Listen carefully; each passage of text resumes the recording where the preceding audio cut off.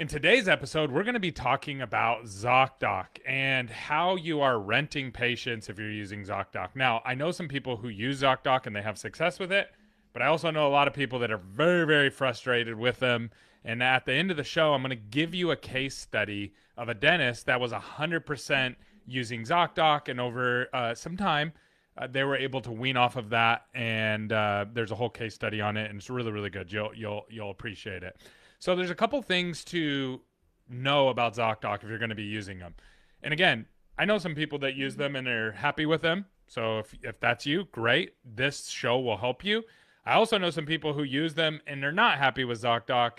They're not happy with the results and they wish there was a way out of it. And so this is going to help you as well. And I'm going to give you some really tactical stuff. And at the end, I'm going to give you a case study I actually give you two case studies. One of a startup that uses ZocDoc and had a great success with it, and another practice who actually had to move off of ZocDoc and is now using digital marketing. So the first thing that we need to make sure that we recognize is that ZocDoc, you're renting your patients from ZocDoc. Okay, they're not your patients. Why?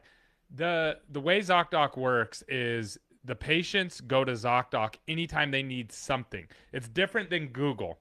Okay, Google, we go to Google for everything, but we're not like loyal to Google. Does that make sense? So I go in, I need a house cleaner, I go to Google, find a house cleaner, and then I'm loyal to that house cleaner. ZocDoc's totally different. ZocDoc is training people to come to them every time they have a medical need for every one of their bookings. So it's a lot more work to pull that patient away. The other thing is ZocDoc is driven by almost 100% of insurance. Almost 100%. So it's young people on insurance. And so now you have like a double layer of they're loyal to ZocDoc, they're loyal to their insurance, and then you. Now, can you work through that still? Absolutely. Again, I've seen people do this successfully, but it's important that you know the rules to the game before you jump into it and really try to grow with ZocDoc, because you can end up trapped.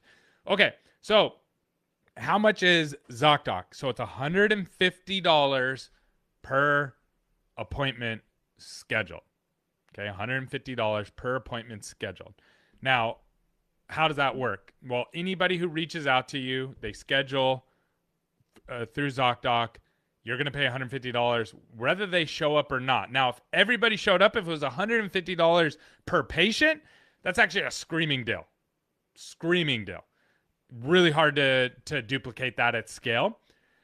But you pay whether they show up or not. And about half of ZocDoc's patients, on average, don't show up.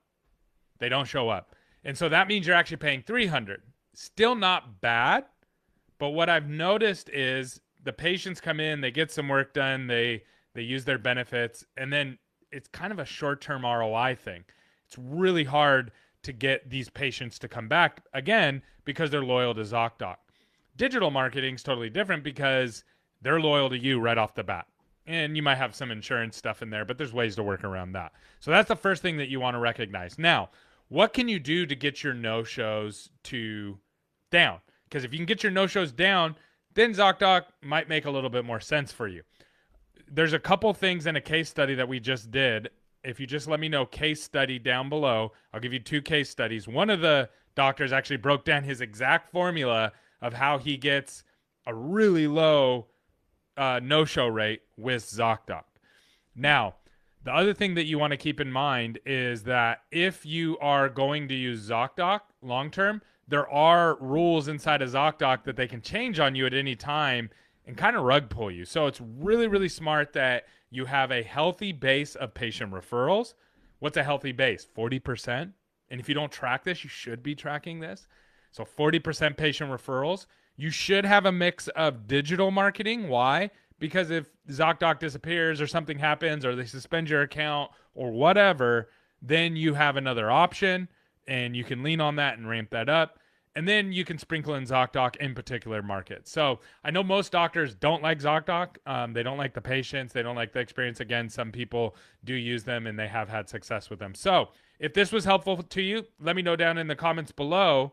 And please make sure that you say case study if you want those two case studies. I have two offices. One office is a startup who sees over 120 new patients, and ZocDoc's a big part of that.